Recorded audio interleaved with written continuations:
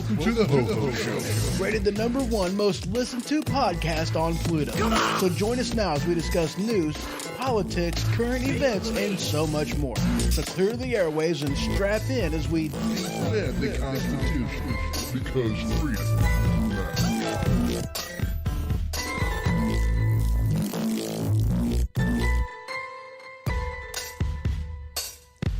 We are broadcasting live from the Cottage Studio. So welcome to the Ho-Ho Show. And as always, I am your host, Ho-Ho. So how y'all doing? I hope you're doing good. I really do. And hello over there in Facebook land. How you doing?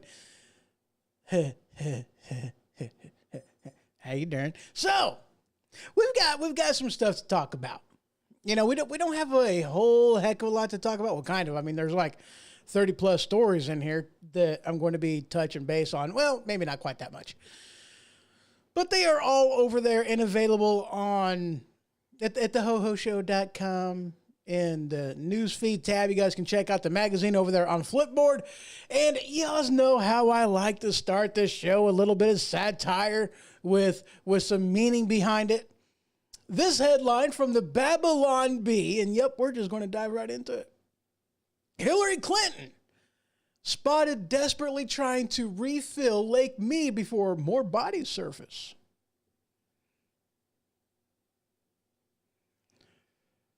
Oh, nice. He said, making ghost pepper hot sauce outdoors. Stuff be potent. Oh, yeah. Making ghost pepper hot sauce. Nice. But yeah, Hillary Clinton spotted desperately trying to refill Lake Mead before more bodies surfaced. Now, I had to laugh whenever I seen this, you know, because it's one of them things. I mean, look, if you don't laugh, you cry. If you cry, you get ticked off. And if you get ticked off, well, that's just not good for anybody. You know, I mean, the accusation is, but we all know this. The accusation's been there as far as, you know, stuff, even with like Jeffrey Epstein, you know, with the assisted suicide, I guess, if you will, you know. Yeah. And the picture on this is, you know, it was funny to me. You know, you got Hillary Clinton standing there with a garden hose spraying water into Lake Mead. I thought that was hilarious. That was funny. It made me laugh. It made me chuckle. I figured I'd share that with y'all. So there you go. A little bit of funny ha-ha humor going on. All right, we're going to go ahead and get into some of the little more serious stuff in here today. Now, this headline was a little misleading for me whenever I first read it. I had to get into the article itself in order to find out what the heck was going on. So this headline, and hello, Red Dirt Road Redemption. He says, hey, ho, what's up? Clinton's dumping grounds drying out. Yeah, exactly. That's funny. And hello, Red Dirt over there in YouTube land. Good to see you. So this headline from The Trace. Ghost gun dealers race to offload inventory ahead of new federal rules. And the sub-headline on this is on August 21st, the Biden administration's requirement to serialize ghost guns and require background checks on their sale goes into effect. But the regulation won't apply to the estimated millions of weapons already in circulation. And when I read that, you know, that was a little bit misleading. You know, because I'm like, well, wait a second. You know, it's dealers can't sell ghost guns, or at least they can't in the great state of Illinois. And I use that great state very, very loosely. I'm like, I didn't really, what's up? You know, what's up? What are you talking about? What are you talking about? And what's pictured on here is a lower for a pistol. That's what's pictured in this article.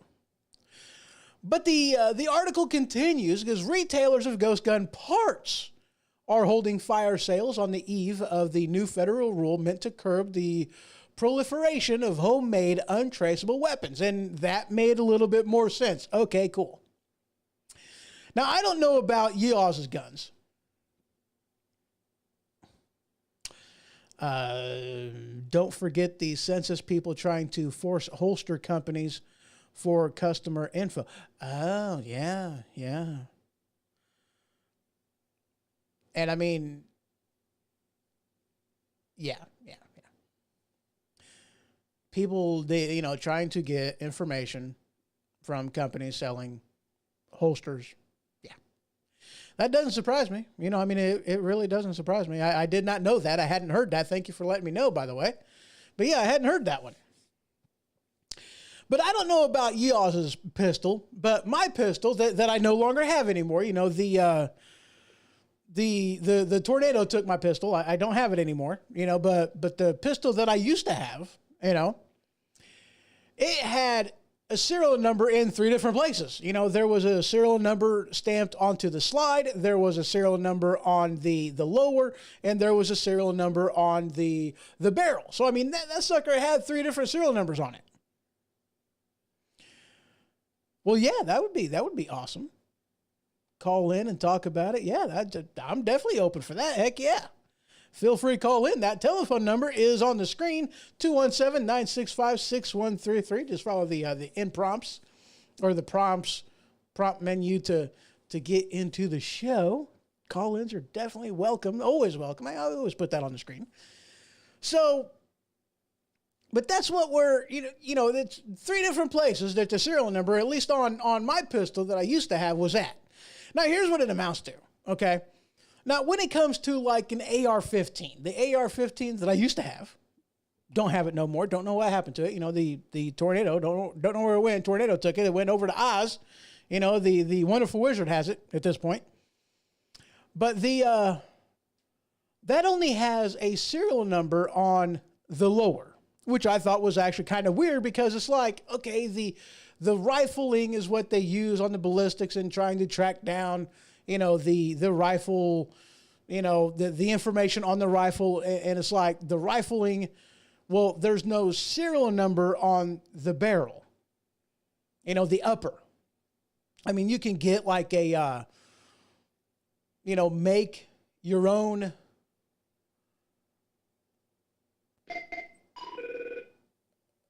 Woohoo! Why, hello, sir. You are on the air, I think. What do I win? What do I win? You win your very own all expenses paid ticket to Never Neverland. All right, so basically I get to come back over and hang out in the studio. I got you. Yeah, pretty much. Yeah. So how you doing? Oh, I'm making tear gas. I see that, you know, over there doing making some ghost pepper hot sauce. That's got to be a little teary-eyed, make you cry. You know, shouldn't get so upset about it.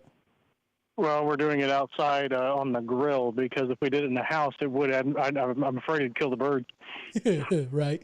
You know, I happen to remember the batch of chili that we made. That was a good. Dad wouldn't eat. Yeah, that was a good time. And I mean, you know, who can blame him? You know, I mean, the conversations of what happened between us while that was getting made. You know, you hear plop, and then, well, heck, you might as well put the rest of it in now. You know, I mean, I can't exactly blame him for not wanting to try it. You know, I don't blame him at all. That was definitely a good time. Yeah, well, and this one, you know, the recipe calls for 5 ghost peppers. I put 7 in, plus jalapenos and some cayenne and. Red Dirt Pretender goes, wait, what?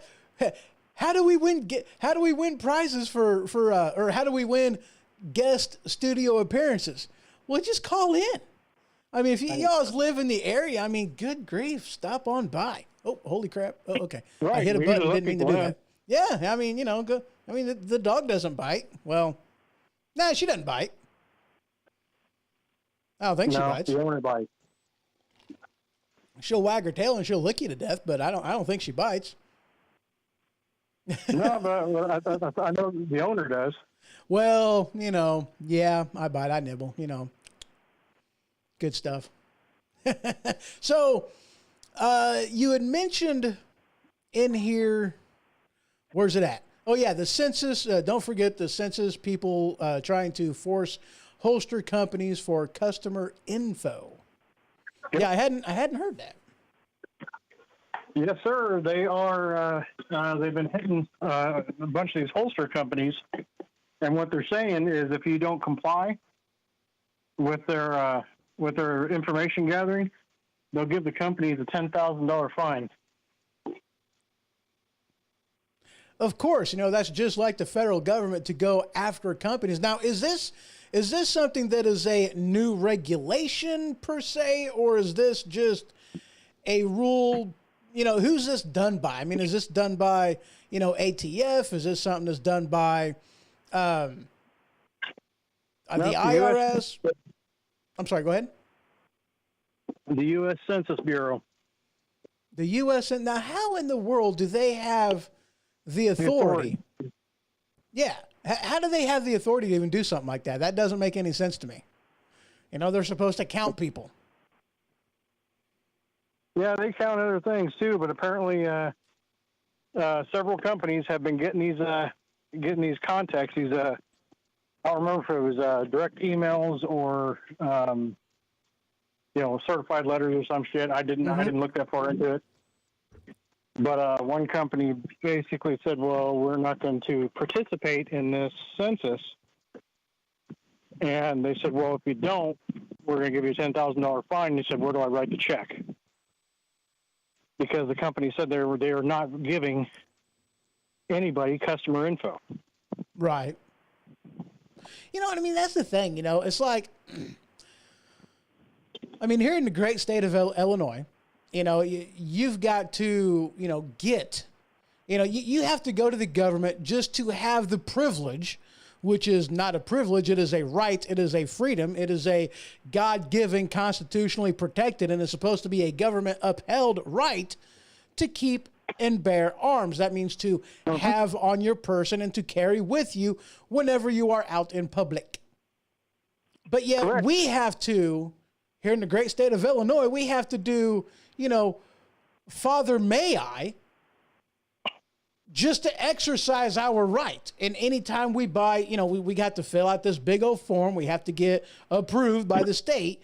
And if we buy a firearm, we have to go through the process again. We buy ammo, we got to go through the process again. It's got to be approved. It's ridiculous. It's ridiculous. That is not constitutional. Well, don't forget that one of us was actually literally in on the whole conceal and carry. Right. Was instrumental in how we got conceal and carry. And did you know that we do not? Every state around us has reciprocity for Illinois, which means I can carry my firearm into any state I want all the way around us. Right. And there's very few states, actually, because of the amount of red tape and the loopholes that we have to, all the stuff we have to go through just to get our concealed carry. There are very few states in the union that we cannot conceal carry in. I think California is one of them, and I'm pretty sure there's, one or two other ones besides that. But yeah, for the most part, I'm sorry, go ahead. I say here's the thing on that though. No state in the entire union can carry in the state of Illinois. We do not offer reciprocity to a single state. That doesn't surprise me. Nope. And there's a few other things that we're still working on that I've been behind the scenes on, trying to get moved because we need a few things changed in our conceal and carry licensing. Obviously. Well, and that's one of the things that ticked me off from the get-go as well. The Supreme Court basically forced Illinois to even do concealed carry because, if I remember correctly, we were the last state in the union to actually get any type of legislation done on concealed carry. Yep. And they dragged their feet. They were basically given by the Supreme Court, you will do this by this date or it is constitutional carry. And I never even understood that debate whatsoever. Why isn't it constitutional carry across the board? That's what it should be. That is my FOID card, the Constitution of the United States of America. Why do I have to jump through all these hoops? I shouldn't have to. And Illinois, just like Illinois does, they did not get the legislation done in time. So instead of having constitutional carry here in Illinois, they gave him an extension. Okay, fine. We'll give you some more time to get this, to get the bugs worked out on how y'all want to do this. Yep. There are no words. It was ridiculous. It still is. There's like I said, there's little bits and pieces of our conceal and carry that desperately needs to be changed. And one of the first ones I mentioned was actually the reciprocity, because if Right. you have conceal and carry, that means in any state, that means you went through the thing. You have a license of some sort. Exactly. Because that's the thing. So, In order to get you should concealed free carry, carry. yeah, in order to get the concealed carry, granted, you have to go through and Father May I whenever it comes to getting your FOID, but all across the board, whenever it comes to your concealed carry, you've got to go through classes. You got to Right. go through safety courses. You got to go through, target training and making sure that you are capable of, using the firearm and using it effectively. Well, some of us had to take a course. None of us. No, I didn't. Well, yeah, but Delby has the DD-214, so yeah, he got away with it. you took your with Uncle Sam. That's a little bit different. Yep. But here's the thing, though, and I gotta ask you this question, because you are more, you're definitely more into this than what I am. You are much more knowledgeable on it than I am, and I don't remember. But aren't we the only state of the union that you can't even own a gun and have it at your home without going to the government and asking permission? Yep. I thought that was the case. Well, in fact, if there is an emergency in your home and there's two people in the house, one is licensed and one is not, the one that's licensed will actually lose their license because the person in the house, there's a gun in the house, or the person that does not have one. Yep. Anybody over the age of 18, if there is a gun in the house, everybody has to have an FOID card, because if the ATF shows up at your house, and this is something for all of our Illinois residents that are listening into the show, if you have somebody over the age of 18 that does not have their FOID card and the ATF shows up and you have guns on premises, whether it is locked away in a safe to where you can get to it or not, your guns are confiscated and removed, period. End of story, no questions asked. Yep. That is complete and utter bullshit. Dang it. I went explicit. I don't care. But it is. Red Dirt put in here, he goes, took me over a year to get my FOID.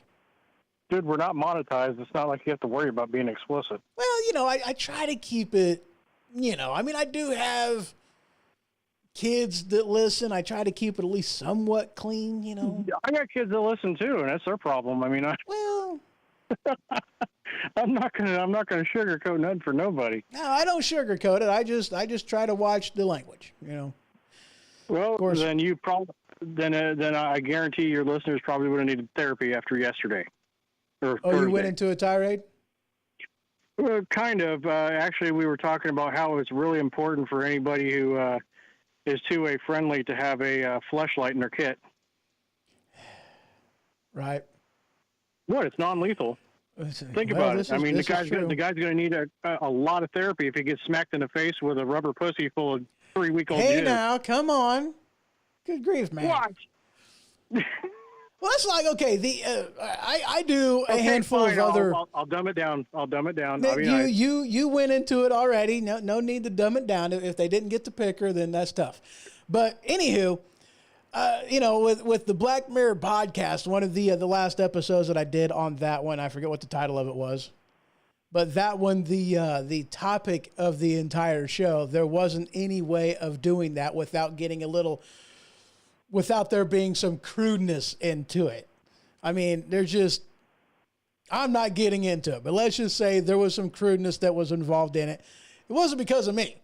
It was the episode. I was talking about the episode. That's just all there is to it. Anyway. But yeah, Red Dirt put in here, he goes, took over a year to get my FOID card. I got a buddy of mine. You know him. I ain't mentioning his name over the air. I don't have that permission to do so. But he had his FOID card. Former military. And what this most recent time of him trying to renew his FOID card, the state of Illinois rejected it. Former military, has already had his FOID card, And something that happened, if I'm not mistaken, like in basic, before basic, right after basic, I don't quite remember, but it was definitely before he got his FOID card the first time. Now they're saying that disqualifies him from having his FOID card. And the bottom line is, what it actually amounts to is the state of Illinois does not like the idea of a former military having the right to, or being able to exercise their Second Amendment rights. That's what it amounts to. I mean, let's be real, you know. Yep. That is very much what it amounts to. But yeah, so with this regulation, though, they're making it to where every single part that would be used in making a gun now has to have a serial number attached to it. Yeah, but you're also talking about the same heads of cabbage that in House Bill, was it HR 1808? Yeah, if I remember correctly.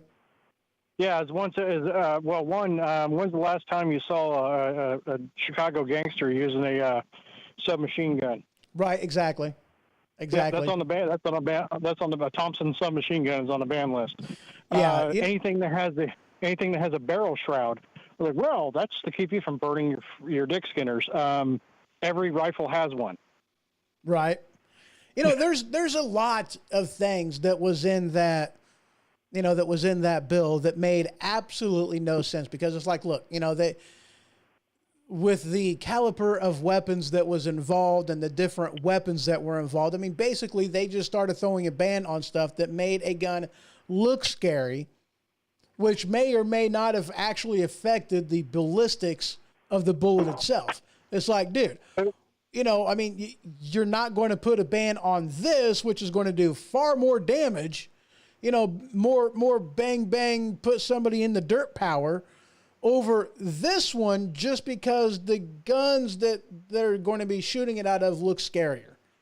That makes no sense. The guy that wrote the bill, which is, we call him Sissy Weenie. It's Cicilline, but we call him Sissy Weenie. Mm-hmm. Also put in there that a pistol brace was a bump stock. This is how clueless that they are. And it said there's no weapon out there that needs a magazine that carries more than 10 rounds. I carry one at my side all the time. It's 14+1. Right. I mean, heck, my pistol that I used to have that I don't have no more. Yeah. Well, the one that I'm looking at getting, I believe, is a 13+1, if I'm not mistaken. You should get the same one I got. It's very nice. I actually like my gun, though, and they make a CC version of it. I like my gun. Well, gee, I mean, I wonder who got you that gun anyway. I don't even remember, and I don't know where it's at. I mean, the tornado took it. It was a bad deal. So much stuff came up missing during that tornado. It was a bad deal. Yep. All right. Well, we got a couple other articles to get to, so I'm going to go ahead and let you go. Fine. Yep. I don't love you no more. Yeah, I knew it. All right. Hey, have fun. Thanks for calling in. Oh, yeah. All right. Bye-bye. All right. So there we go. All these different type of things that's going on shouldn't be a surprise. I mean, it really shouldn't be. Really shouldn't be. So this next article that we're going to go ahead and touch base on is from Red State.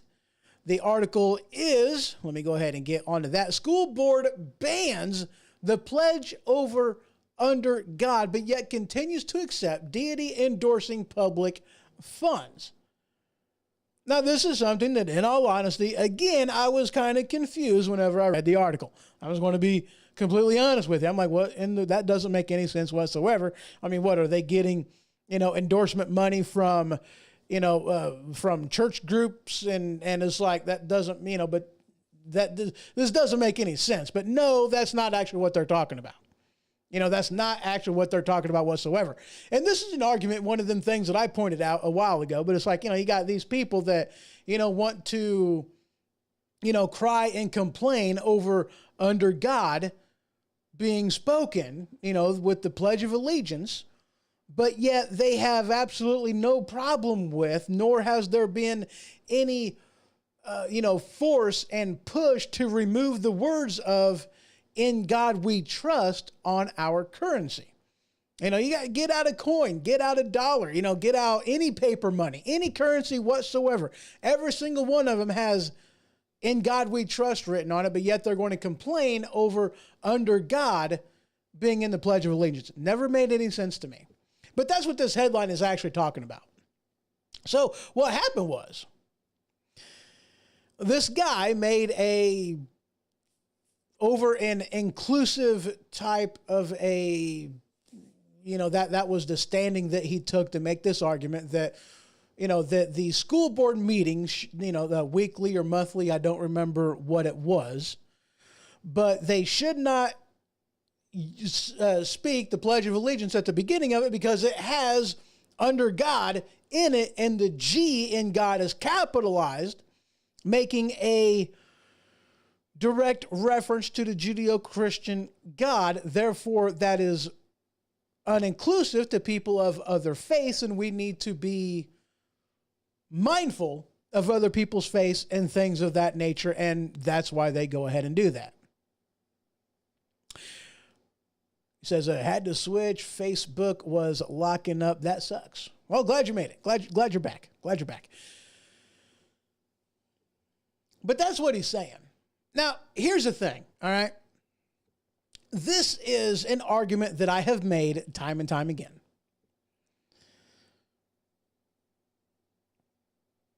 They always go to the aspect of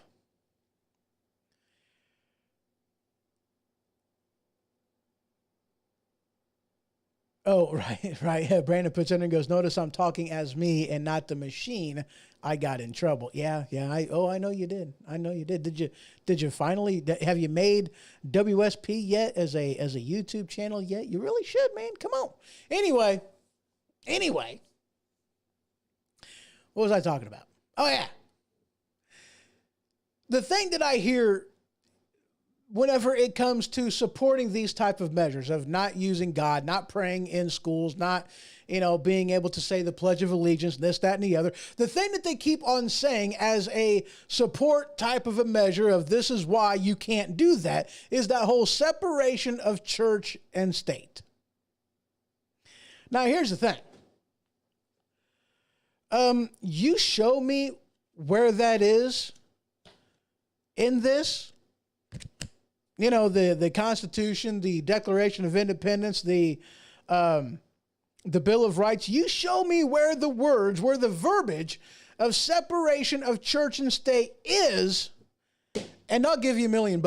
I will give you an entire year's salary, which is a lot less than $1 million, but I'll give you an entire year's salary. If you can show me in here where that is, not something that you typed in, not anybody's, interpretation of something, but in this little book right here that just contains, among a few other, wordings from, George Washington, Daniel Webster, Benjamin Franklin, and a few other people, John Adams, the Constitution, the Bill of Rights, and the Declaration of Independence. It is not in there. I'll save you the time. It's not in there. And Brandon put it in here. He goes, be careful what you wager. Just saying.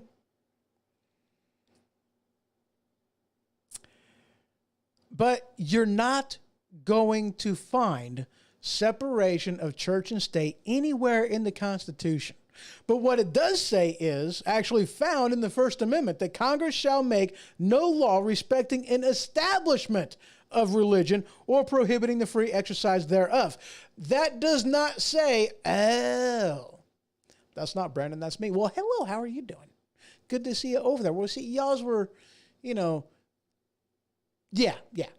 Anyway, I'm no longer confused. We're good. I got this.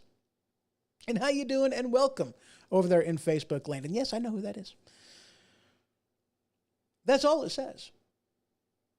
That's all that says. Whenever it comes to the separation of church and state, they are using the First Amendment that Congress shall make no law respecting an establishment of religion or prohibiting the free exercise thereof. Now, this is the thing. What does that mean? Well, it's quite simple. What that means is, unlike Great Britain, which is the nation that originally colonized and where the Americas came from, discounting the indigenous people that were here, they had a national religion. As in, they forced their national beliefs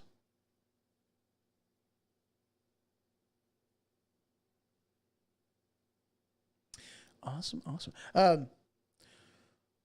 They didn't allow people to just do that. Okay. They forced people to be of the national religion. And one of the founding principles with our Constitution was, and by the way, not who I thought it was. So apparently I was wrong on that. So welcome, Mr. Canyon, over there in Facebook land. Good to see you. But that's where that whole verbiage came from, is to allow people to worship as they seem fit, without the government interfering, without there being a national religion. Now here's the thing, though. Our nation was founded on Judeo-Christian principles. There's nothing wrong with that. Just as the Constitution grants you the right to exercise freedom as you see fit, or exercise your religion as you see fit, why don't you grant the same freedom to our founding documents, our founding principles of being a Judeo-Christian?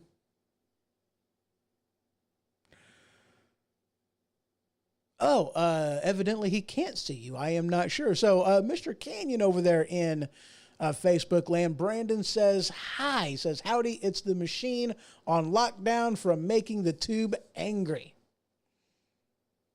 I thought that was, I thought those actually got transferred over. Apparently they do not. I'll have to fix that, after the broadcast. But that's what it amounts to. That's where my thoughts are on this. I mean, we were very obviously founded as a Judeo-Christian, nation. Yes, we do allow for religious freedom, as you should, as we absolutely should. But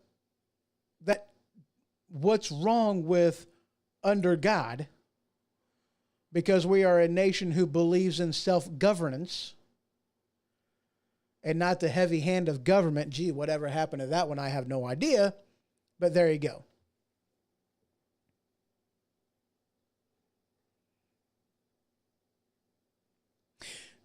Well, that may be true. And hello, Brian, over there in YouTube land. Good to see you. Dave puts in there, he goes, I bet most people, including myself, are not well educated in Judeo-Christian studies. And, that's, and I'm sure that's true, but more or less what it amounts to with a founding principle of our Constitution, it is about self-governance. It's not about the government, the federal government being involved in every aspect of your life. It is about freedom. And sometimes freedom is messy. Sometimes it is. You have disputes. You have, disagreements. You have feelings getting hurt. But it's about respect. It's about self-governance. It's about you having freedom and your freedom ending where somebody else's freedom begins. And I mean, those are just, some of the founding principles on that, respect, things of that nature, but what is wrong? And here's what the question is, what is wrong with one nation under God being in there? I mean, it just doesn't really make any sense to, have one nation under Creator. That doesn't make much sense to me. Anyway, but here's more or less what happened in this article.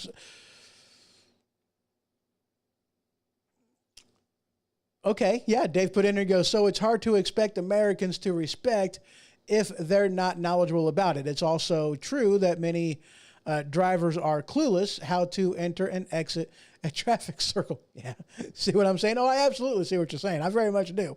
But that's why we have laws in there because, that's just an aspect of it. That's why we have laws, is because people don't respect certain things. And whenever you have so many people crowded into an area, you have to have more government to keep the peace, settle disputes, have rules in there in place meant to curb disputes before they arise. And that's what a lot of that stuff amounts to, but I totally get you on that, a respect aspect of it. And could that be argued that that's kind of one of the problems with this country, is a lack of overall respect for other people? Everybody's after, me and mine and don't care about you and yours whatsoever. Isn't that part of the problem? Anyway. Brandon puts in here, he goes, the guy who invented roundabouts is a sadistic SOB. Dude, I hate roundabouts. In a semi, holy crap. I deal with a lot of them. I don't know about you, Dave, over there in Facebook land, but I deal with roundabouts and I absolutely hate them, because there ain't no way, whenever you're dealing with a 48-foot split axle trailer, that you're going to get around that roundabout without curbing your trailer, period, end of story. It ain't going to happen. It ain't going to happen. But anyway, where this article goes into is they said that they were no longer going to allow the Pledge of Allegiance to be said at the beginning of these board meetings. And it passed, and because of outcry, because of the public backlash, not just of people in the area, in the town and the general vicinity, but people all across the nation were pretty ticked off about this. And they said, look, do this anyway. And they brought it up for a vote again, and only one person voted against in the second round.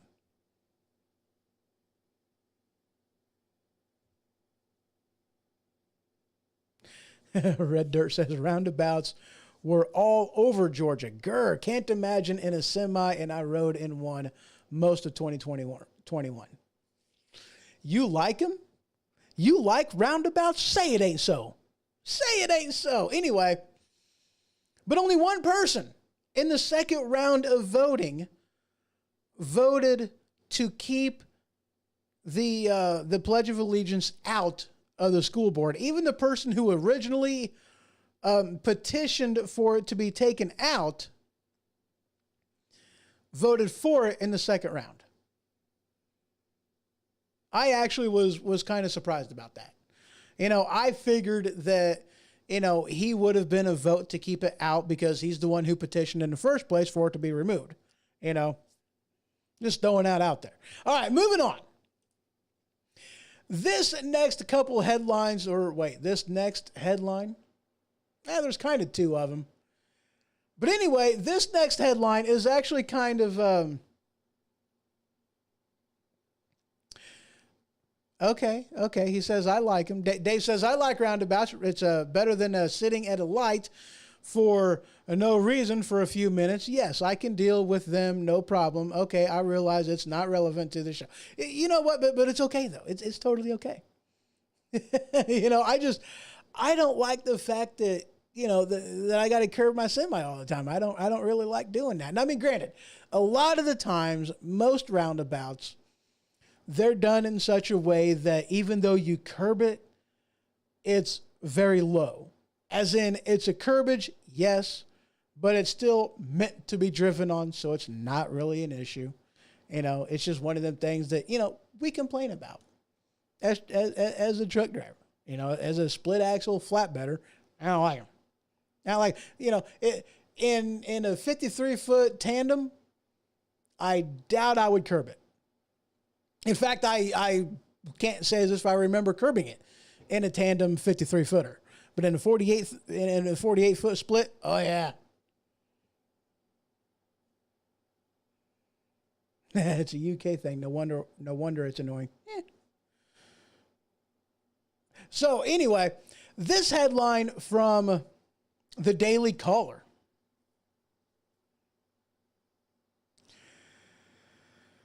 Now, this is something that is very, very telling. And we're going to do this, and then we're going to go ahead and take a break. Holy crap, we're 40 minutes into this already. I did not realize that. But anyway, it doesn't matter. I don't even care. However long this sucker goes is how long it goes. But this headline from the Daily Caller. I'm not even going to try to pronounce this name because I'm not even going to try. Lewandowski. I just said I wasn't going to try to pronounce it. And holy crap, what do I do? I try to pronounce it. And I'm sure I butchered it. But the headline says Trump has vanquished every major Republican political dynasty in the last 70 years. But I'm going to be honest with you, I disagree with that headline. It's not factually accurate. Well, in the past 70 years, can't really say that. You know, Trump wasn't responsible for the Kennedys being kind of dethroned. I don't think so anyway. But definitely he was responsible for the Bush being dethroned with, beating Jeb Bush in the 2016 primaries. He had a hand in getting rid of the Clinton dynasty with beating her in 2016. And now the most recent notch on former President Trump's belt is with Liz Cheney. Now she's gone because of her anti-Trump, anti-Wyoming. Was it Wyoming? Yeah, Wyoming rhetoric, So, I mean, more than just Republican political dynasties, because the Clintons weren't Republican. Exactly. That was exactly my point. Because Dave put in there, he goes, Kennedy wasn't a Republican dynasty. The headline says, holy crap, I think I just time traveled. Wait, no, maybe I crapped my pants. But yes, Kennedy wasn't a Republican. The Clintons weren't Republican. So, I mean, the headline, I disagree with the headline. It's factually incorrect. However, yes, dethroning three, and unless Kennedy was one of them, which I don't think, but I don't quite, whatever. It is what it is. But definitely with the Bush and Jeb Bush, the Clintons with Hillary Clinton, and now the Cheneys with Liz Cheney. But here's the point that I'm making with this headline, okay? One of the things that is very relevant, Brandon pitching, you better be sterilizing that studio. Well, anyway. Achoo. Liz Cheney is the Penguin's daughter. Oh, yeah, that's funny. Anyway. One of the things that I have to give it up for Trump for when it comes to his presidency is, and really, this kind of goes into, Barack Obama's presidency as well. It made a lot of people start paying attention, especially with Trump. Everything of what happened, everything. People really started to pay attention. People whom really haven't been paying attention for quite some time started to pay attention, started to get involved, starting to take a stand against, obviously, political bias, mainstream media, and the like. People started paying attention. And people are kind of, with a nation that was founded on a principle of government, of the people, by the people, and for the people, that is the average everyday citizen that is supposed to be the driving force of the representation in Washington, D.C., yet we have relinquished control to a bureaucratic body that, let's face it, don't answer to the people. Let's face it, they don't. You know, they don't answer to the people any more than the Walmart employee that you complain to answers to you personally. No, because they answer to Walmart. Liz Cheney doesn't answer to you, even though you may have voted her into office. She doesn't answer to you. She answers to the RNC, the Republican National Convention. That's who she answers to. That's who her boss is. That is a private entity, and two private businesses run the whole of government with very few exceptions, Bernie Sanders being one of them, from top to bottom.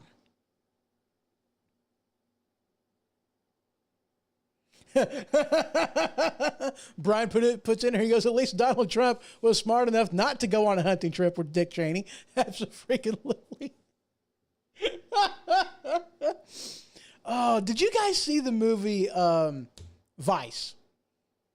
Vice was about Dick Cheney and about that whole entire thing, and it starred, I don't even remember who played Bush, but it had a who's his face, Christian Bale as Dick Cheney. And I tell you what, dude, I had to actually look at who was playing that role, or be told. I don't completely remember. I had to be told who was actually the actor in there, because it was like, I know he looks familiar, but I can't quite place it, I just can't. And whenever I found out it was him, I was like, holy crap, he went through a transformation. Holy cow.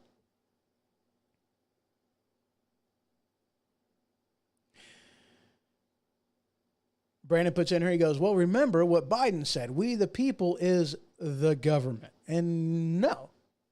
I mean, you know that. But yeah, I mean, no.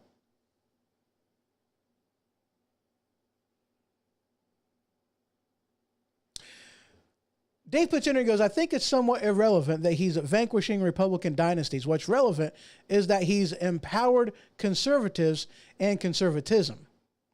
He's educated those like me that didn't really consider their political views until he showed us a way to go. Rush Limbaugh started me off years ago.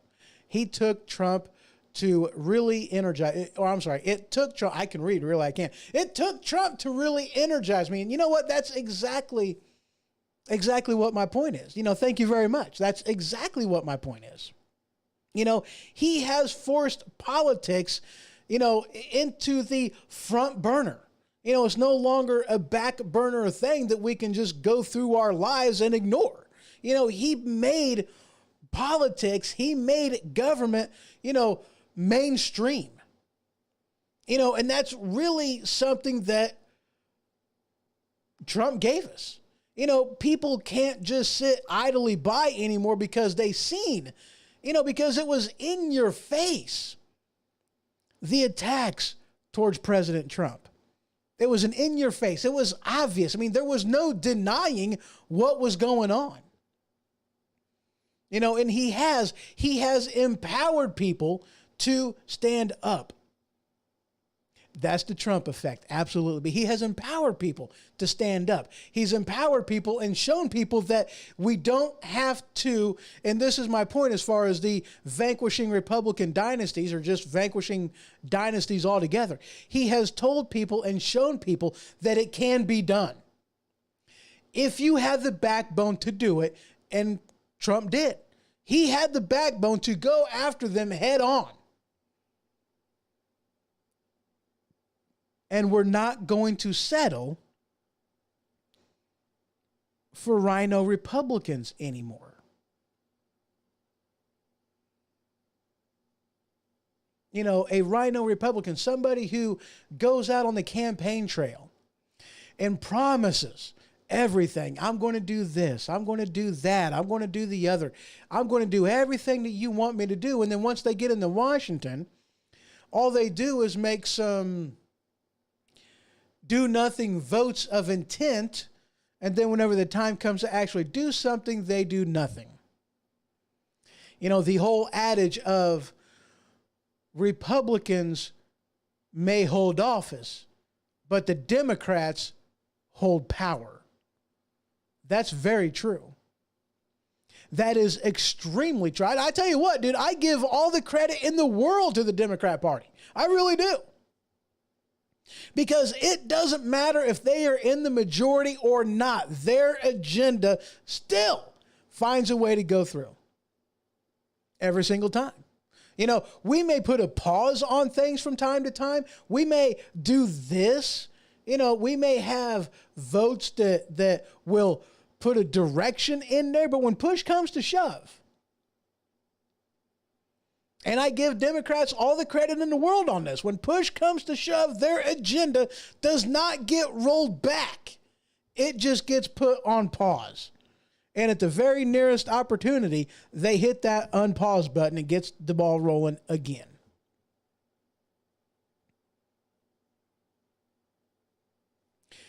And that is exactly right, Brian. Trump is also responsible for making politicians be more responsible for their actions. You are absolutely right. And that is a direct response to people paying attention now.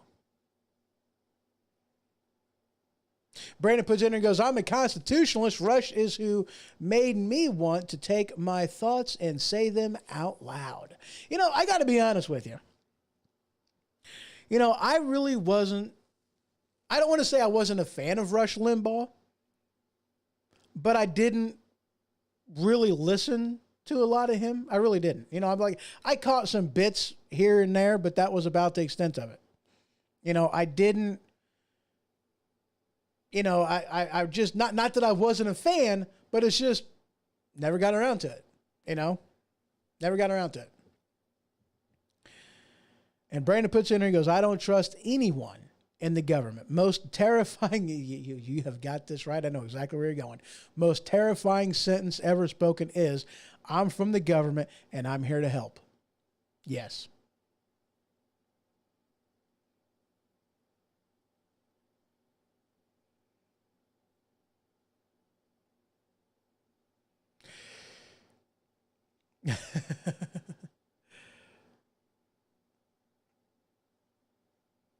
I'm sorry, I'm reading this one before I speak it. Okay, so here we go. Here's this one. He goes, it's in, Dave puts in there, he goes, it's in his name, his buildings, his businesses, his hit TV show. Almost whatever he's involved in changes because of him. Although it's true, he doesn't have the Midas touch 100% of the time. I'm adding that the time. The original USFL, Trump Air, Trump Ice, Trump's school, he still has a way of changing things. Yeah, absolutely. Absolutely. You know, and here's the thing, like Trump has been a cultural icon. You know, I mean, he has been. He's been the wet dream of most hip hop people. Why? Because, you know, Trump is the blue collar millionaire. You know, that's who Trump was. You know, and I got to be honest with you guys. You know, I did not vote for Trump the first time out. 2016, I didn't vote for him. Why? Because with him being a New York Republican, I figured that would be no different than a Democrat. And I figured whenever it came to, you know, just like a Jeb Bush versus Hillary Clinton, when push comes to shove, there would be no actionable difference between either one of them. And that's what I expected with the Trump presidency. But boy, howdy, did he ever prove me wrong.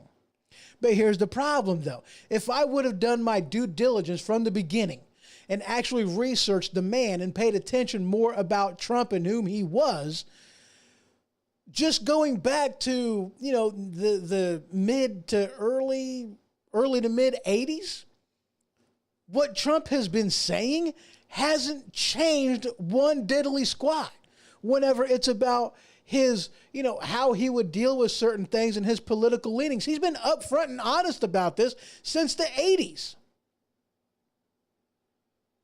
If I would have done my due diligence, then I would have known. I would have absolutely known. Brandon says he opened my eyes and made me feel it was possible to do what I do. I owe the man. Yeah. And you know what? There's a lot of people that are, in radio, that are in the podcasting world that say basically the same thing. Basically say the same thing. But yes, Trump has opened people's eyes, and he has made it to where people are no longer just going to accept the do-nothing approach that Republicans have been using in modern history, in recent history, if you want to call it that. The do-nothing approach. Do-nothing Republican approach, nope, not going to happen. Because conservatism, and this is another thing that Trump taught us, conservatism works.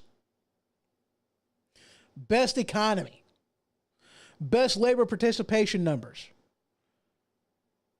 Lowest unemployment rates. We were doing great. Energy independent. All these other kinds of things. You can't deny it. The numbers are clear. He did that without having the backing and the support of the Republican Party in Congress. Dave Patiner goes, I understand why you didn't vote for him. I was and am a New York Republican. There's really no 100% way that he was going to be the president. He became and made the country better the way he did. Yep, it could have very well turned out to be, a Sierra show.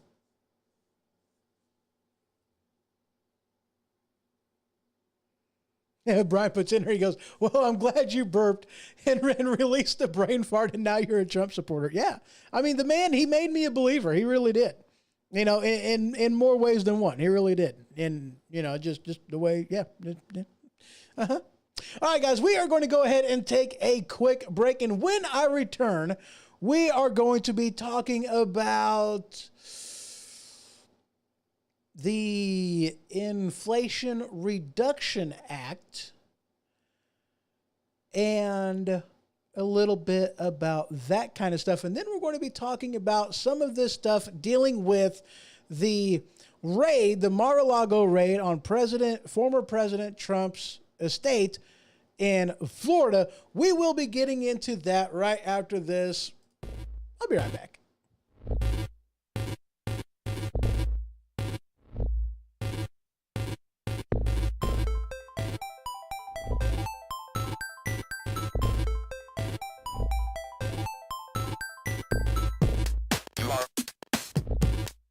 You are correct.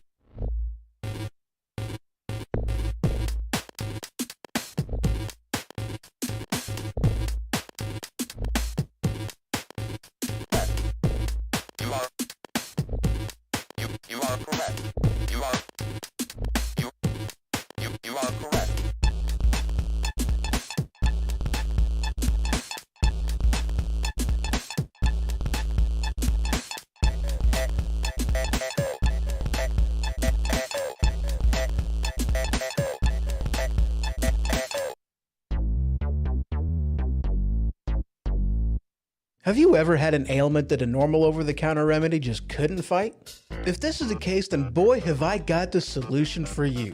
Tussin. That's right, Tussin. Cough? Tussin. Cold? Tussin. Runny nose? Tussin. Itchy watery eyes? Tussin. Broken leg? Tussin. Tussin is the ultimate cure-all, guaranteed to stop anything that ails you. Tussin. Available wherever OTCs are sold. All right, and we're back. So this last segment, which is probably going to be the last segment. Holy crap, an hour already. Anyway,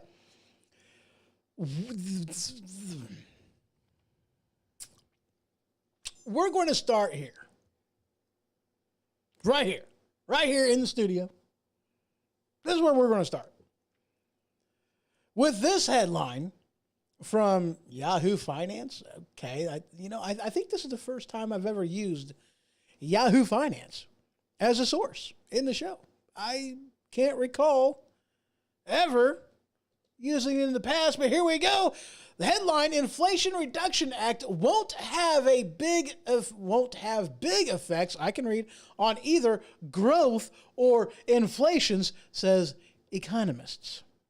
And there's actually another article in here too. The Inflation Reduction Act is the problem, not the solution.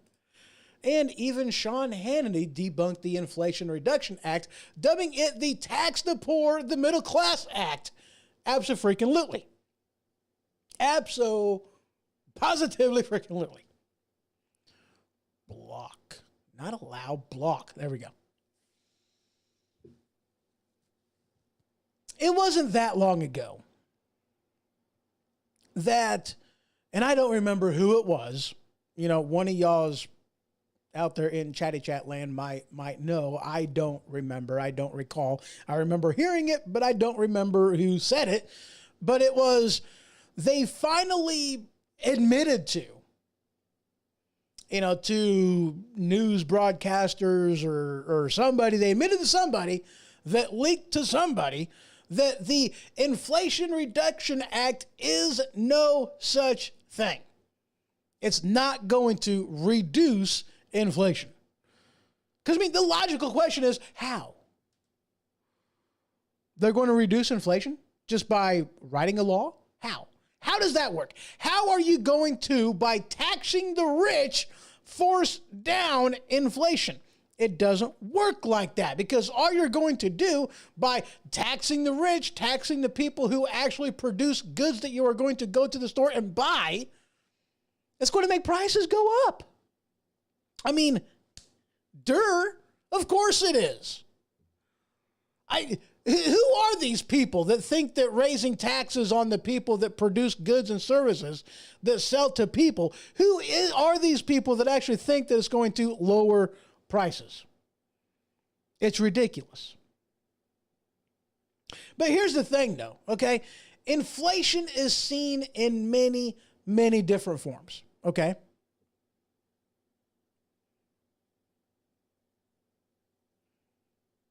Brian puts in here, he goes, make sure you give that microphone a big old tongue lashing before Brandon has to use it again. I will. I'm going to just lick it and just get all close to it and just, yeah. Oh, yeah. I'm going to be doing all that. Anyway.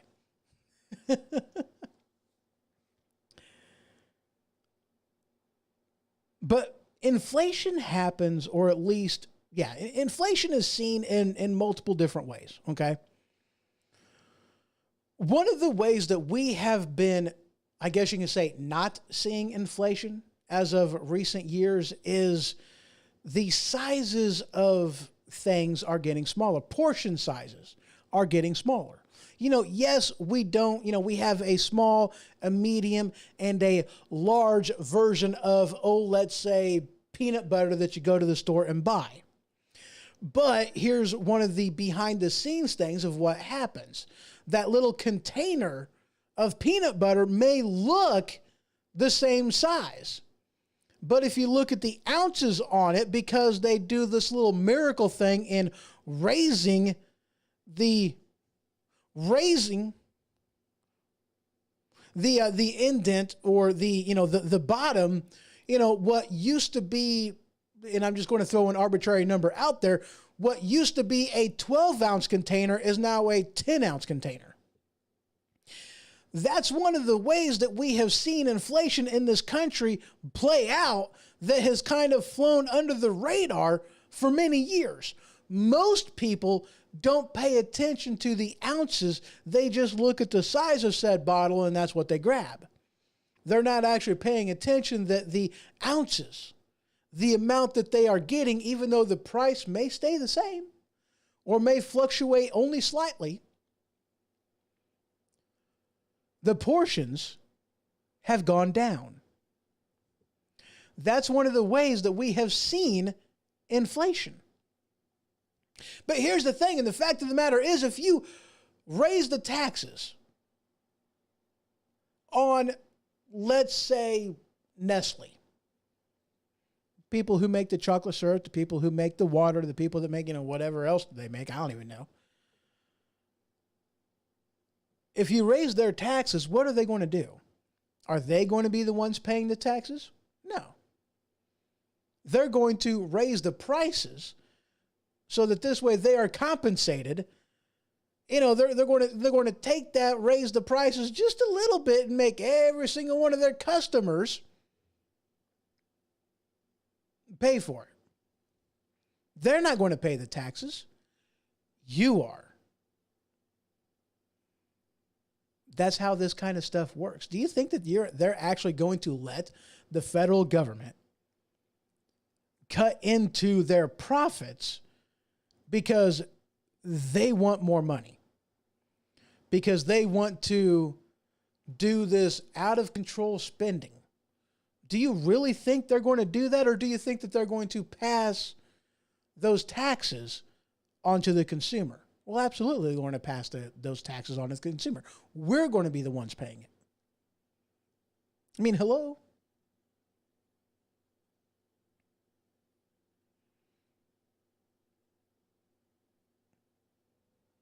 That's a steaming pile of horse crap, yeah?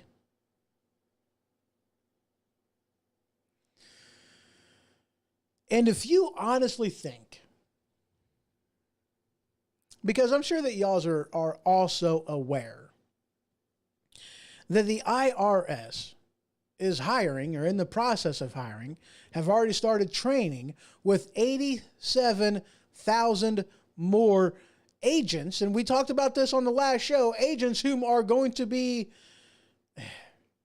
I'm not going to get into that aspect of it, but that is going to more than double the size of the IRS. The amount of money that they're going to be getting, the resources that they're going to be getting, the size and scope of their employee base is going to more than double. And if you think that they're using all of those people to go after the top 10% of people in this nation, you're sadly mistaken, because these are the very people that fund, excuse me, hold on a second, I'm going to get a drink.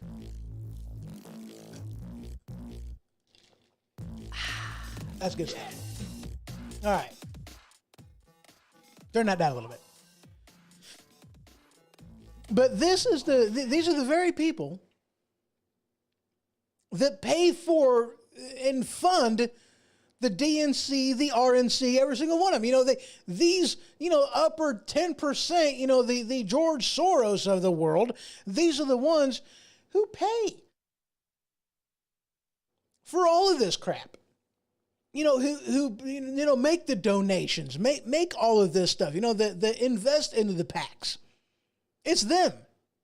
Do you really think that these 87,000 new IRS agents are going to be going after them, or are they going to be going after you and me? Are they going to be going after the small business owner? Are they going to be going after that type of thing? The people that are earning under $400,000 a year, they're not going to see any change, and they're lying. I mean, if you actually believe the rhetoric, I'm sorry, you're an idiot. There's no helping you. You're just stupid. I mean, if you honestly think that, you're just an idiot. There's no fixing stupid. They're not hiring 87,000 IRS agents and going after the upper 10% of money earners in this country. They're not doing it.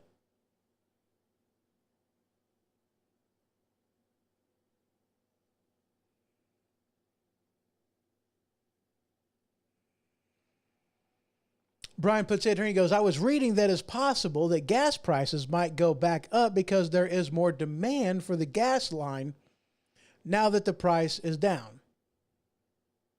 Oh, I'm sorry. Wow. I can read. Really, I can.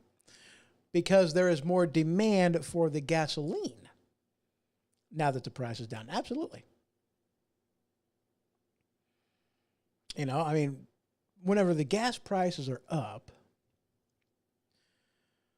that makes people stay at home more, be more mindful about where they go, where they drive, how far they travel. It affects a lot of things. You know, it affects vacationing. It affects, you know, tourist activity. It affects a lot. You know, but when was the last time y'all went to the gas station? I'm asking honestly here. Because this is something that I seen a while back ago, really. I don't know when these signs made it to the pumps, but I know that this has been something that I have seen in gas stations. I don't know if this is something that is, you know, just an Illinois thing. I don't know. I can't say. Or if this is something that's, you know, happening other places as well. But Illinois has been putting a hold on certain taxes to make the prices appear lower than what they actually are. Brandon goes, I haven't, I'm poor. Well, if you do, then you may notice that. You know, one of them little stickers that I see on there, not the Biden sticker that says, I did that. You know, Mr. Biden being all happy about it. I did that. But that Illinois has put a hold on some of the extra taxes to make the prices appear lower. You know, I don't want to say that we are the highest price in the, you know, in the union as far as gas prices goes, but we're pretty high up there. You know, we're pretty high up there. And I'm going to be completely honest with you. You know, I despise how they do pricing at the pump. I really do. You know, from one day to the next, you don't know what the gas prices are going to be. You don't know. But to be honest with you, you know, I go to the store and let's imagine that this bottle of juice right here, let's imagine that this bottle of juice is a can of corn. Corn is priced at the stock market level the exact same way that gasoline is in the stock market. It is based off of futures. How the crops are doing, how these different contracts are out there, how these contracts are fulfilled, you know, with the wetness of the field, with the droughts of the field, you know, with all of that kind of stuff. There's a lot of stuff involved in the futures of both corn and gasoline. But even though the price may change on corn, the commodity, yesterday this was a certain price, tomorrow it's going to be that very same price. It doesn't fluctuate like it does for gas. And I know what this costs. Can you honestly tell me that you know how much a gallon of gasoline costs? No, you can't. Nowhere in America can you tell me how much gasoline costs. Go to the pump right now. Tell me how much it costs. I'll give you a hint. You can't. You want to know why you can't? Because taxes are included at the price of the pump. So you can't tell me how much of that is taxes and how much of it isn't taxes. You can't tell me that. You don't know what a gallon of gas costs in this country. It takes me off. Why do they not tell us how much we're actually paying to Uncle Sam whenever we buy a gallon of gas? I think it's horse crap. I really do. I've never liked that. I mean, I understand it. I know why they do it. They don't want you to know how much you're actually paying. And this is also an aspect of, it's like, it ticks me off too, because it's based off of futures. You know, if they want to change the price of fuel, then all they got to do is quit producing as much. Doesn't matter how much they've been pumping. It doesn't matter how much they have on hand. It's how much they refine. They want to adjust the price. All they got to do is adjust how much of it that they have in circulation. You know, shut down a refinery, do something. That's all they got to do. And they can adjust the price, you know, because gasoline, the price of gasoline, whether it be good, whether it be bad, whether it benefit the consumer or whether it benefits the producer, gasoline, whenever you purchase it at the pump, has absolutely nothing to do with what it costs to produce it. Let me make that point again. The price at the pump has nothing to do with what it costs to produce it, whether it benefits the consumer or whether it benefits the producer. That's why you have seen record profits by these oil and gas companies. And by the way, only about half of a barrel of crude actually goes to gasoline. The rest of it is petroleum-based products, oils, Vaseline, plastic bottles, makeup, plastic bags, you know, syringes, plastics in general. That's where all the rest of it, that's where it goes. About half, like somewhere between 60 and 40% is only used for gasoline. So, I mean, you would think that the rest of it, you know, Vaseline, you would think the price of Vaseline would be as fluctuating as gasoline is, but it's not. It's always been something that's ticked me off.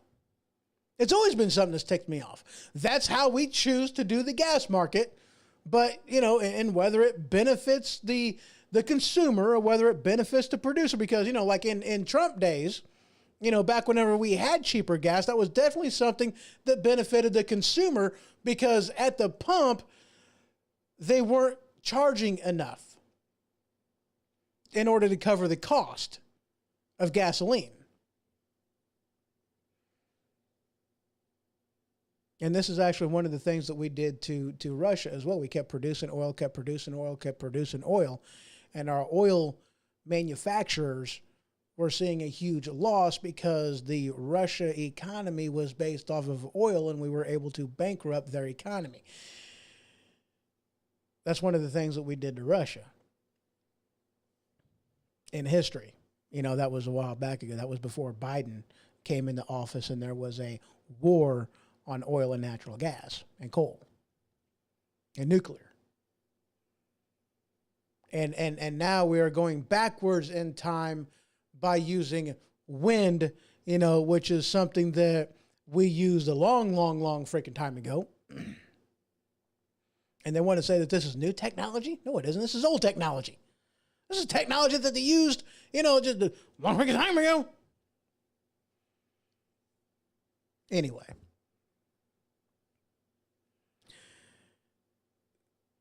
The Inflation Reduction Act is not going to do anything to reduce inflation. It's a lie. As Brian put it, it is a steaming pile of horse crap to even insinuate that it will. It ain't going to happen.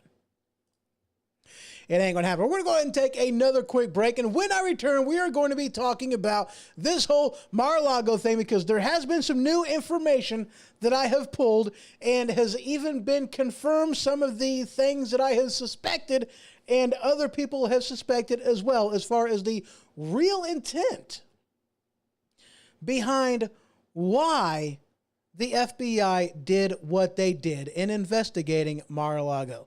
So just a couple minutes, guys, and I will be right back. I got some stuff to talk about at the other side of this. Don't go anywhere.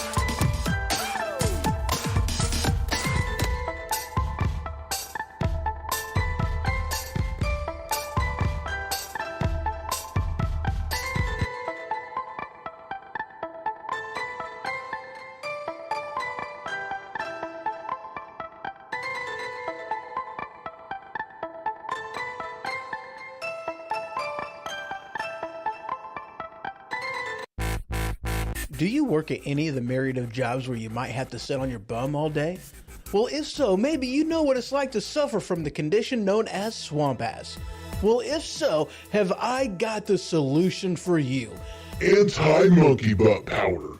That's right. Anti-monkey butt powder. You can use it indoors, outdoors, work or play, or on any occasion when you sit on your bum all day. Don't let your buns get red. Use anti-monkey butt powder instead. Available wherever anti-friction powder is sold. And we are back. So during the break, Brian puts in here, he goes, approximately 60 cents per gallon is federal tax. Approximately about 67 cents per gallon is tax on diesel field. Okay. So approximately 60 cents per gallon is taxes.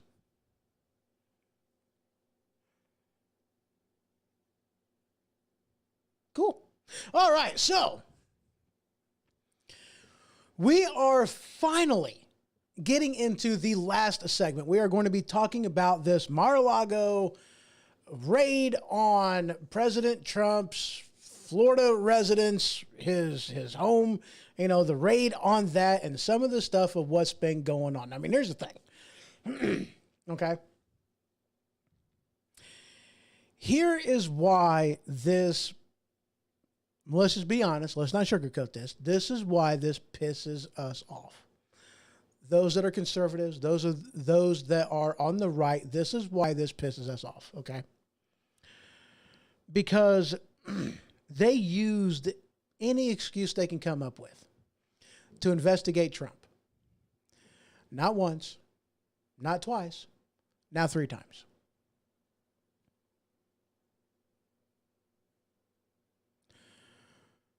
Well, kind of twice, because, it was a very, very long first investigation.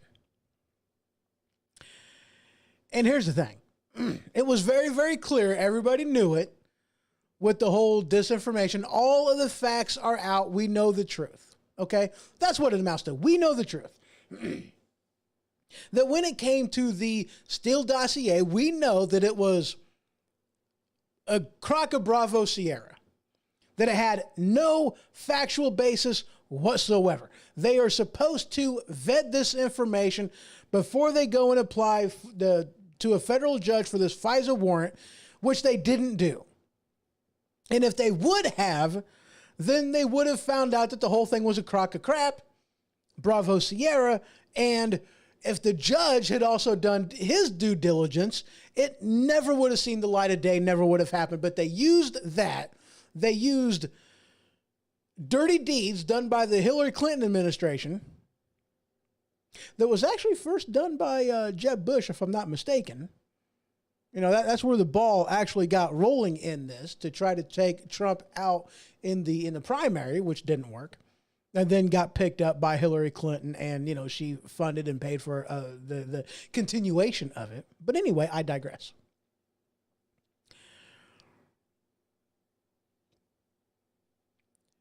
They did all this. The fix is in. It was a bunch of crap. After 2+ years of investigation,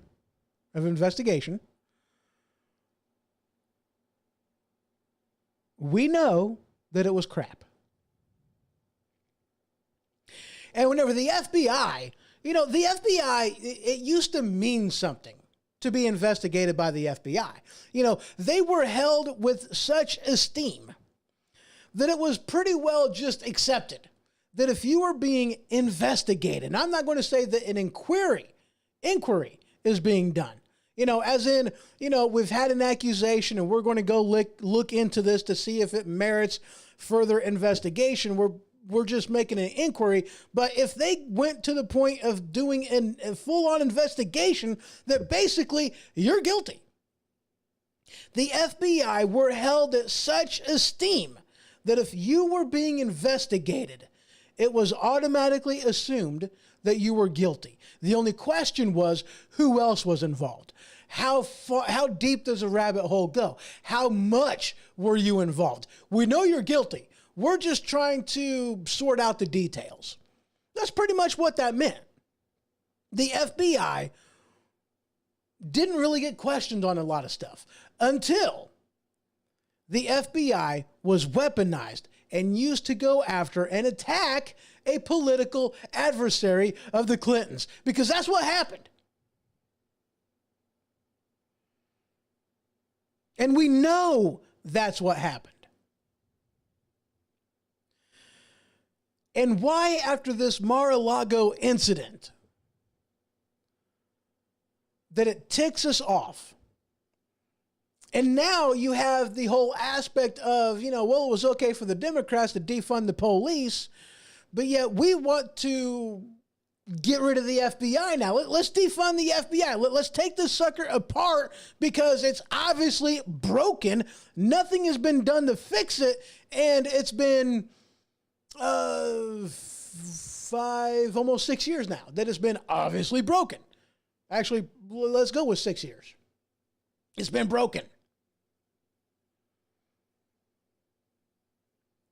And they're going, no. We like the aspect of defunding the police because we want to be in charge of law enforcement, which is why we want to keep the FBI. Because they know how poisoned the FBI is.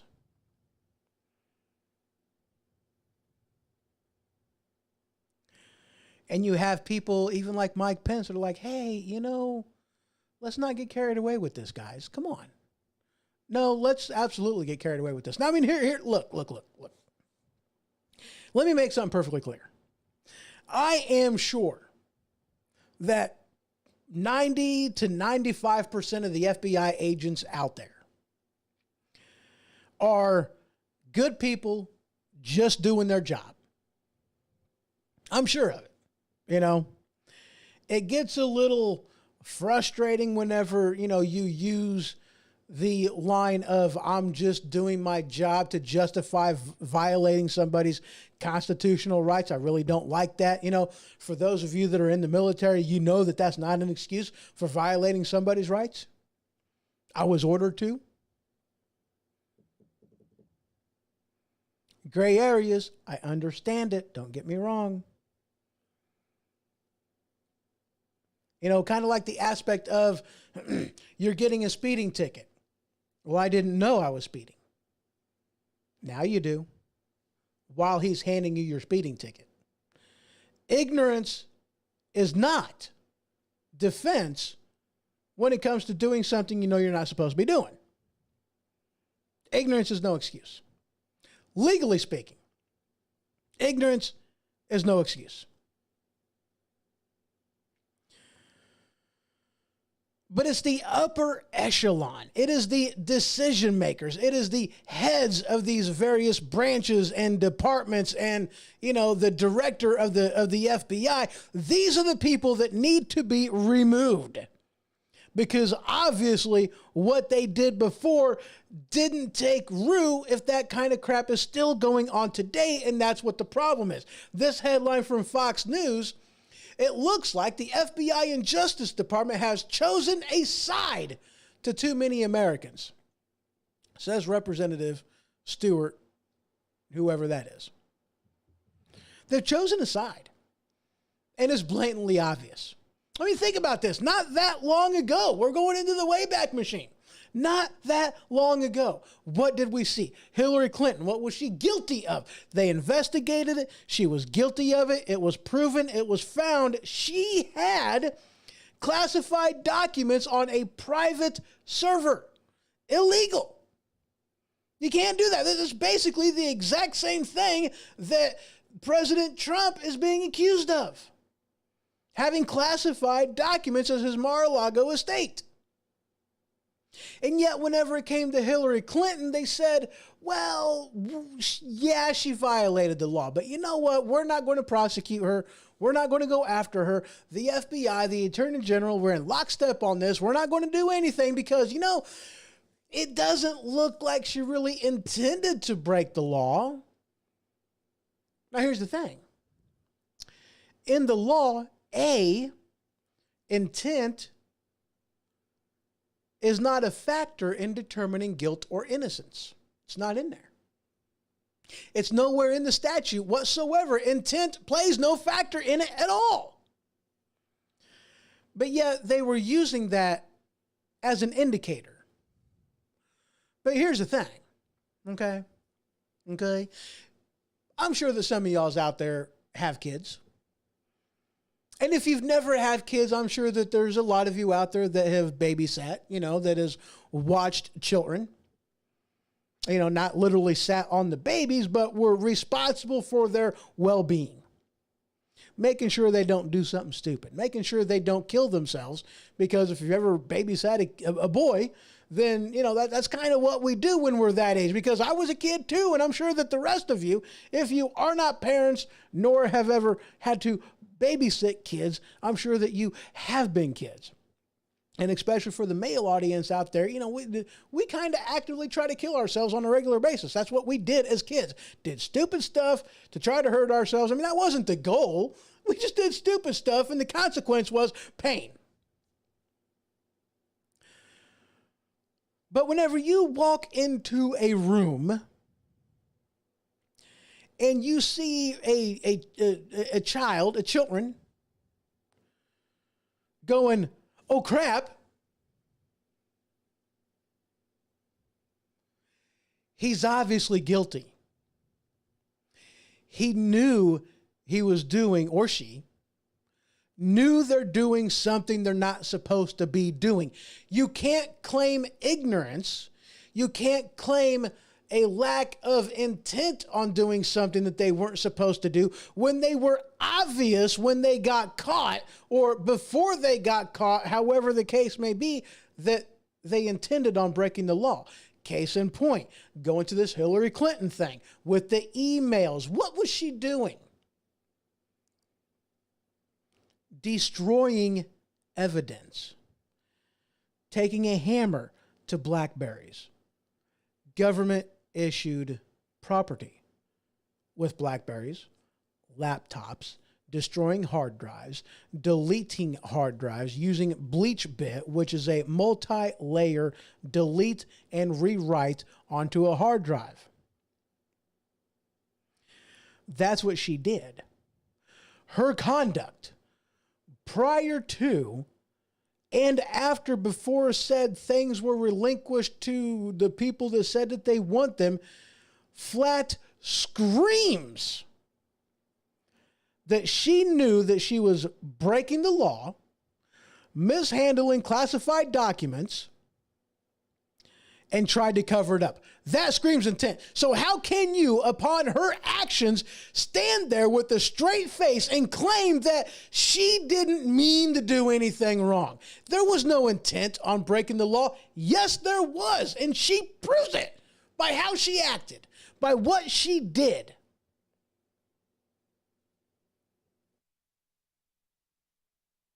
It's flippin' obvious. But yet, we're going to break the norms because, I mean, let's face it, you know, these emails that she had on her server came from somewhere. Some of them from Barack Obama, some of them from then Vice President Biden, some from various cabinet members, I'm sure. Some from various department heads, I'm sure.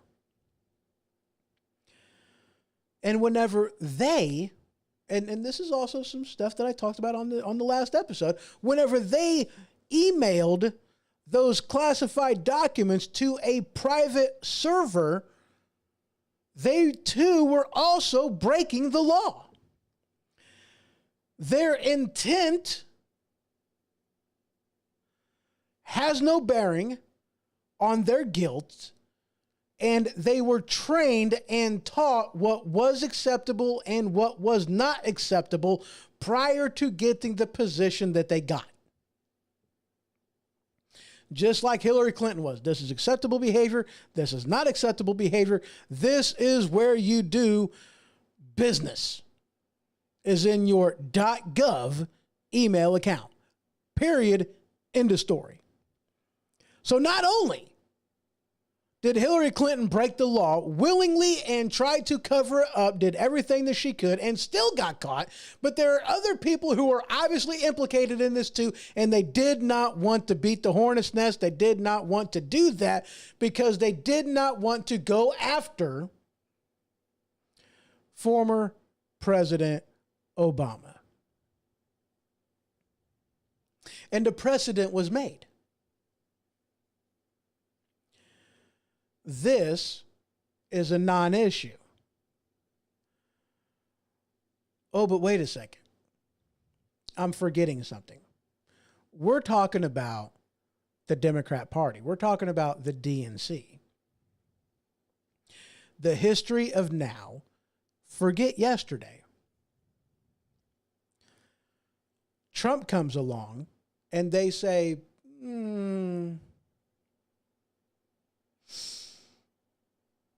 we had a unanimous source claiming to have said knowledge of his possession of classified material. They later claimed that it was nuclear secrets that he had. Whatever.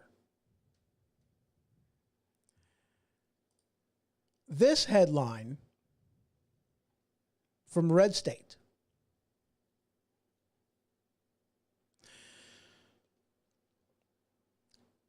Intel officials leak about what the FBI was looking for in the Trump raid. Now, this is something that I suspected from the very beginning. Okay? Just because of how hush-hush they were about things, I had my suspicions that they were using this as an excuse to get in the door. And there's a couple other things that actually support this thought. Okay, there's other things in this that totally support this thought. Now, here's the thing. Now, you would think, considering this was the Florida home, that it would be the Florida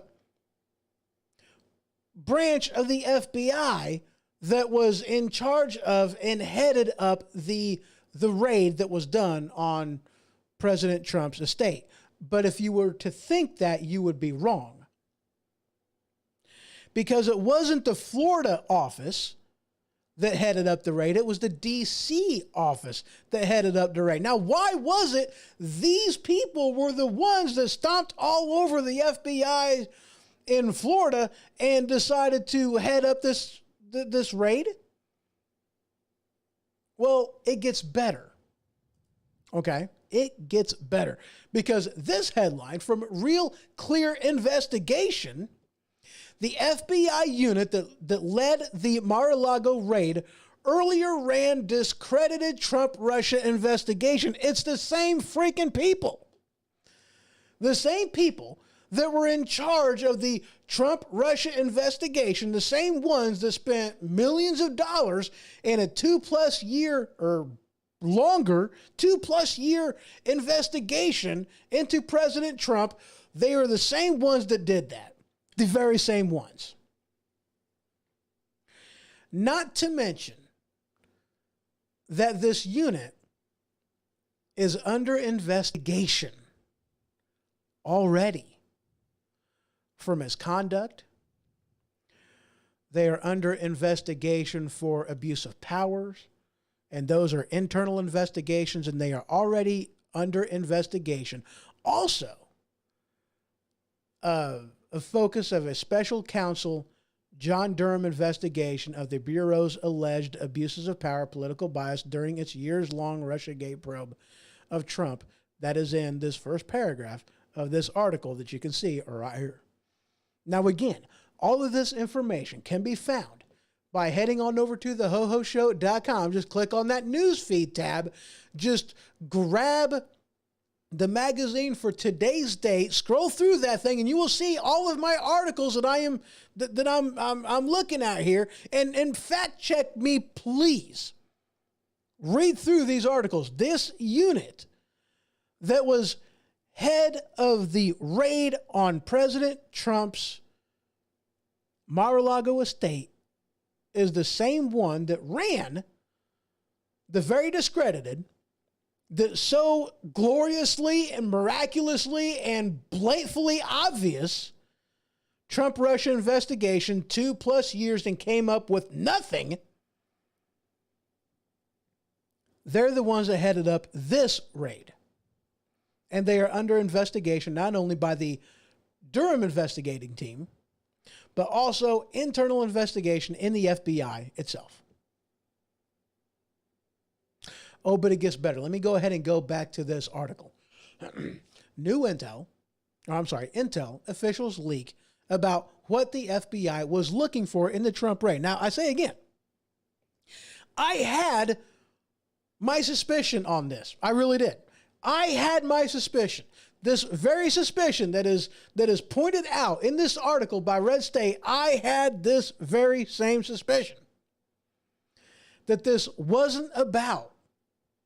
didn't have anything to do with classified documents. Nothing. Because, I mean, think about it, guys. You know, the whatever department that was involved in that, they were there at the Trump residence talking with Trump, talking with lawyers, talking with these people. They knew that they had this stuff. They are the ones who directed President Trump to lock this away in a safe. Some of this may be sensitive, not necessarily saying the same as saying that it is classified, but it would be better if you locked it up. Put it in a safe, put it behind lock and key or combination, however the lock worked. And he was open with them. He's like, look, here's the stuff that I had. He wasn't trying to hide anything.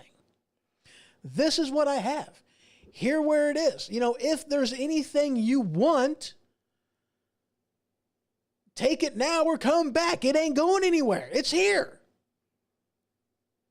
He was open with what he had. He wasn't trying to hide anything. And then the FBI gets involved. And the leak claims. Are you guys ready for this? That the FBI, let me go ahead and go back onto this, that the FBI, this is still in that same article, the FBI collected all the documents that were government property and used concerns about classified documents to justify the raid, but agents were looking for Trump's personal stash containing documents related to Russian collusion accusations against him, fearing that he would weaponize them. Newsweek reported one former Trump official said the blah, blah, blah, blah, blah. Did you guys pick up on that? Did you guys see that? They used this the President Trump had classified information in order to justify a raid to get documents that made them look bad. And they were in fear that if Trump actually did get elected back in the office, that he would use this information against them. But I think their premise was wrong. I don't think that he would have used this during the primary. He had no reason to.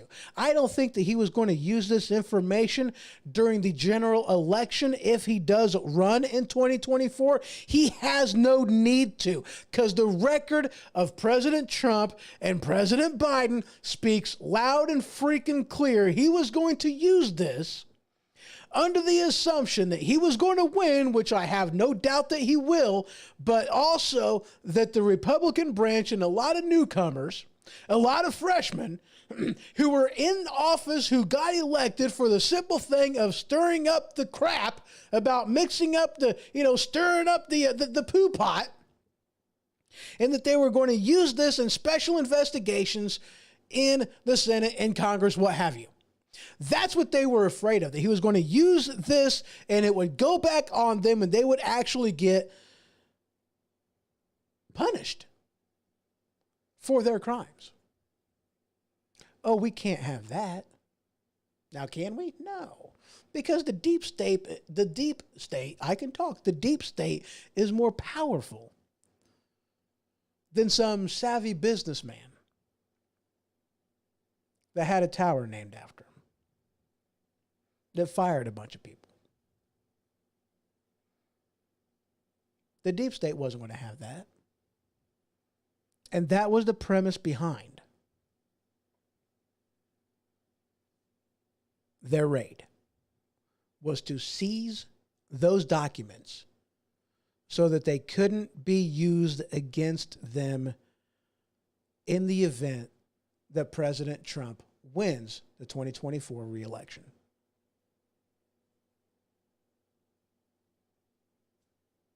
Now, here's the thing. They might not like the documents that he has, but it's not a law, or it's not against the law that he has them. There's no violation of anything that he has them.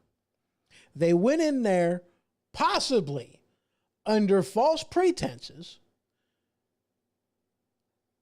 And if this is information that was previously in the hands of former President Trump, do you really think that they're going to put this type of information on an invoice to say, this is what he had, this is what, what the subject of said documents are, and, well, gee, these documents have mysteriously disappeared?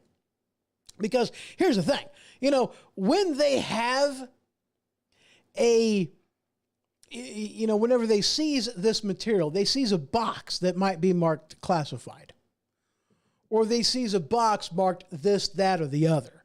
They just, in their inventory list, whenever they're taking this property out and they write out this little receipt and they give it to you as your property, it doesn't say what is in the box. What's in the box? What's in the box? Nobody knows. It could be anything. It could be nothing. That isn't inventoried. Just the fact that it was a box of documents. So they can remove anything they want to and claim ignorance on all of it. Plausible deniability. That wasn't in those boxes. I don't remember what was in those boxes. It was marked classified. We see all the classified documents that's there. Okay. Brian puts in here, he goes, the fraudulent Bureau of Intimidation. and all the people involved in it are a bunch of bottom-feeding, low-life scumbags. And you know what? Yeah. I seen a picture of some people, some of the people that were involved in the raid. One of them in particular was a female. Not that that has anything to do with anything, because it doesn't. But the expression on her face was clearly she did not want to be there. So again, I feel for some of these people that are basically being forced to just do their job. I feel for them. I really do. It's a hard decision to make. Do this, do your job, do what I tell you, go in there, no questions asked, just do it or you're fired. And this is the FBI. They will make it to where you never work again. They will blacklist you, they will blackball you, and you're done. Professionally, your professional career is over. So I feel for them. I really do. It's kind of like going to college and having a far left libtard as your college professor that says this, that, or the other. Now write an essay based off of it. What are you going to do? Are you going to do the assignment that that the professor wants, and you're going to spout off the indoctrination crap? Or are just for the sake of the grade, for the degree that you're going to get so that you can get the job and better yourself in your life, for your family, for your kids, for what have you? Or do you stand by your principles? And do you write the article or the essay that you need to? To hell with the consequences. What do you do? That's a hard decision to make. And most people out there, and I can't say as if I would be any different. I really can't. It's easy to say as an outsider looking in, judging somebody else's reactions that, oh no, I would take the high road. I would take the road less traveled, of course. I would just make them fire me for the sake of violating somebody's constitutional rights. Of course, I'll take the F and ruin any chance I have at my dream for the sake of my principles. It's easy to say that when you're an outsider looking in, but I tell you what, whenever you're there in the thick of it, when you have to make that decision, it's not an easy decision to make. So, I feel for these people that are in that circumstance. I really do. That's why I give these guys the benefit of the doubt. The people that are actually doing the job versus the 5% of the FBI, of people in the FBI, the decision makers, the ones that are the head of the department, the branches. These are the ones who gots to go. And those that are loyal to a fault, put every single one of them on review. The good ones, the bad ones, every single one of them, put them on review and clean freaking house. Because I'll tell you what, we are in a dangerous state in our union. We really are.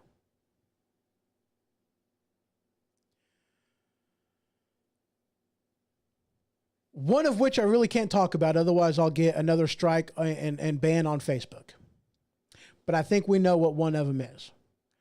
Dealing with putting your tally in and going to a location and putting a piece of paper in a stagnant paper eater and trusting that it's going to get counted in the proper legal, legislative, written way that it is supposed to be, and not in ways that it is not supposed to be. Having faith in that process.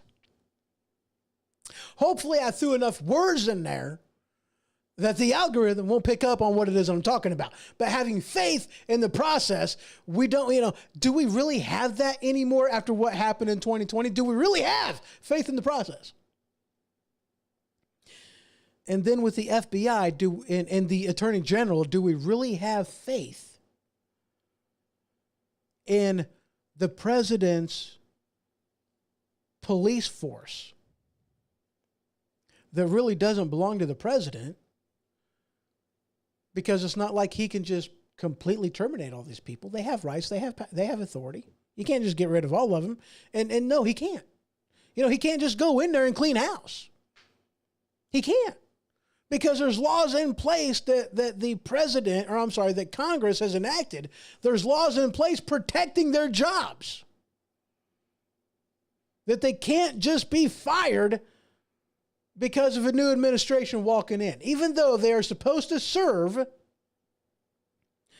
at the pleasure of the president, doesn't matter.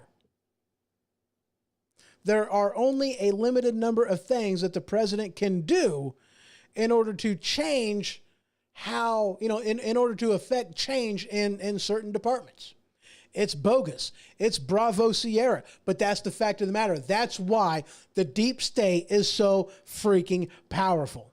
Why it's got to be eliminated. Why, if Congress doesn't write a new law saying that the president can terminate whomever and whenever he wants to across the board, it doesn't matter, in all of these various departments that are functions of the executive branch, if he doesn't have the power to do that, then Congress needs to step in and say, fine, if you're not going to fire him, you ain't going to have any money, you ain't going to have a job.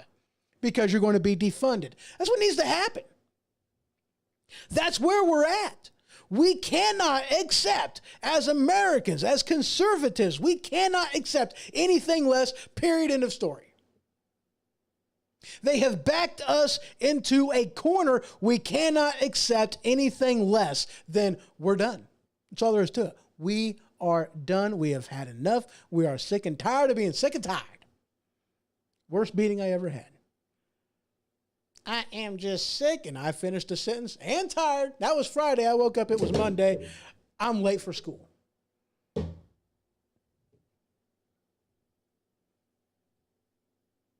I'm kidding. That's a joke. But it could be true. Mama would definitely kick my butt for that. And I'd have deserved it. Just saying. Just being honest with you. I'm just sick and tired. Yes, I deserve the butt whooping that would bestow me. But we as the American people cannot accept anything less than that, can we? How can we? You don't have faith in the process, and now we no longer have faith in the FBI, the Attorney General. I mean, this is the very thing of what the executive branch is supposed to be doing. Investigating and prosecuting people who break federal law. I mean, that's in the very definition of the executive branch. You have, the legislative branch to write the law,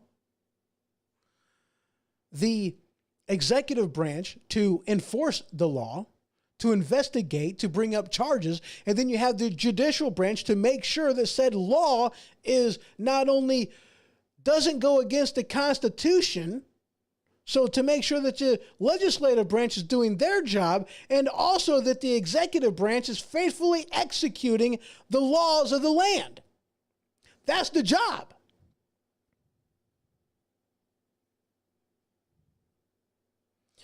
We no longer have faith in any of that crap. And if you don't have faith in the fundamental things of what makes a nation, do you really have a nation anymore? The argument has been made that if, a nation without borders is no longer a sovereign nation. Let me rephrase that. Let me word it correctly. A sovereign nation without borders is no longer a sovereign nation. We're being invaded at our southern border. Call it what you want. We're being invaded. Is this really what the left wanted when they elected Joe Biden as president? Is this what they had in mind? Is this truly what they wanted? All right, guys. Brian puts in there, he goes, you've got to clean house and start over, which means wipe the whole system out and do a reboot. And I couldn't agree with you more. I really couldn't. You know, you definitely need to get rid of the upper echelon of people. And every single one of them, in a matter of speaking, needs to reapply for the job that they have to ensure that they can do their job, to faithfully execute their job, do it properly without political leanings and biases. Amen, brother. He says, I have faith only in God, not my government. Yeah. Me too, dude. Absolutely, me too. I don't have faith in government. But that's the problem, though. You know, that's why there has been the attack on the church. That's why there has been the attack on the Pledge of Allegiance. You know, that we used to have back in the day, you know, you said, you know, what, I'm not that old. Okay, I'm old. I'm pushing 44. All right. I'm getting up there. You know, I was born the same year that the Department of Education was born. We're the same age. I was going to school during a transition phase in education where they were transitioning from teaching people how to think to teaching people what to think. I was in that transition period. You know, the federal government was really starting to take hold in the process of indoctrinating our students when I was going through school and getting an education. And now they have made parents, let me try to say that again. Now they have made parents irrelevant in their own students' learning by creating things off the fly, in a whim, things like Common Core that we don't know how to do. We know math. We know math. What's 4 plus 4? 8. Common Core, what's 4 plus 4? It's almost 10. It's kind of 10. Really? I mean, no, it's not. You know, I mean, that's the thing. Here's why I hate English. You know, because going through school, during my education, they first taught you that Sam can run. It was a sentence. 3 freaking words, very easy. Sam, a conjunction. You know, a noun, a conjunction, and a verb.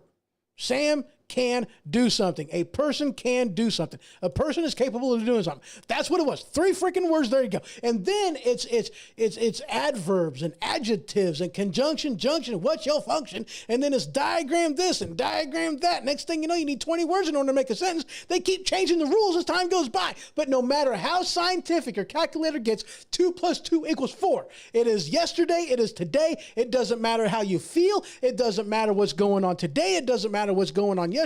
2 plus 2 equals 4. It is factual. It doesn't care how you feel. Your emotions plays no factor in facts, in logic, in math. That's why I like math. And that is exactly why they are in direct conflict with math. Because how dare you say that 2 plus 2 is 4? It should be subjective, like everything else, not objective. That's why they are attacking math. That's why they are attacking SATs. They don't like logic. They don't like facts that aren't based off of feelings. That's why they made Common Core, to make you as a parent irrelevant in your child's education, because if they can remove math, and they can remove logic and facts, then they know they've won. Look at where we're at right now as a nation. It's terrifying. I've got a nephew that just started kindergarten, first grade. Just started school. I got a nephew that just got out of school like last year, year before last. So he's 21 now. And I got one that's just getting in. Holy crap. I mean, I feel sorry for parents nowadays. I really do. Conservative, libertarian. Dude. How do you stand up against a machine like that? I have no idea. I have no idea. I'll tell you how. Actually, I take that back. I'll tell you how. This is how you stand up to the machine. You get involved. You don't let them tell you what you know not to be true. When they try to tell you that down is up, say no, up is up, down is down. Water's wet, fire burns, shut the hell up. That's all there is to it. 2 + 2 = 4. Fire burns, water's wet. But you've got to get involved. You can't just be an ostrich with your head in the sand anymore. It's unacceptable. We have to get involved. We have to take a stand. Enough is enough. That's what we got to do in all levels of government, from the bottom, from the dog catcher right on up to the president. We have to get involved on every level of government. Let's bring the people back into government. We the people. If we do that, we might be able to fix what's broken. If we don't get involved, we ain't got a chance. That's all there is to it. I mean, I hate to be blunt, but it's honest. See you next time. Thank you all for stopping by. This has been Till The next Ho time. Ho Show. For more information, you can head to thehohoshow.com. And for the merchandise store, you can head on over to stinkpickle.com. That is stinkpickle.com. Until next time.